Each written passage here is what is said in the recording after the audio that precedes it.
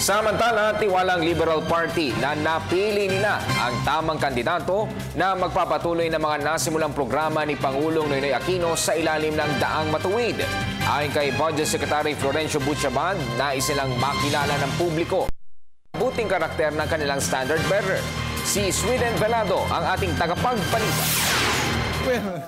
Ipagpatuloy ang Daang Matuwid.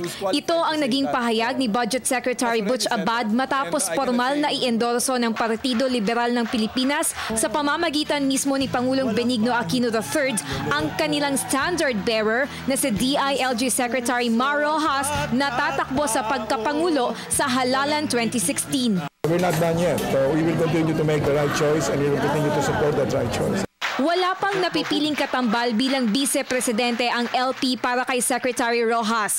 Pero sinabi ni Abad na patuloy ang ginagawa nilang pakikipag-usap sa ilang mga posibleng running mates tulad ni Senadora Grace Poe. I'm sure that the talks continue, but in the meantime, that's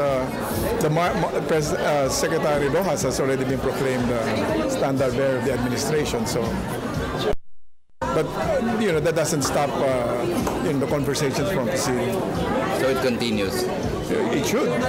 Giit ni Abad, hindi nababahala ang administrasyon sa resulta ng mga nakaraang survey kung saan mababa ang rating na nakuha ni Secretary Mar. Masyado pa rin umanong maaga para pangunahan ang magiging pulso ng mamamayan at nais nila na sana ay mas makilala pa ng publiko ang mabuting karakter ng kanilang standard bearer. This administration is right on top of things right now, and I believe it will stay on top of things in the next 6 years. I think what is important is people get to know more Secretary Rojas in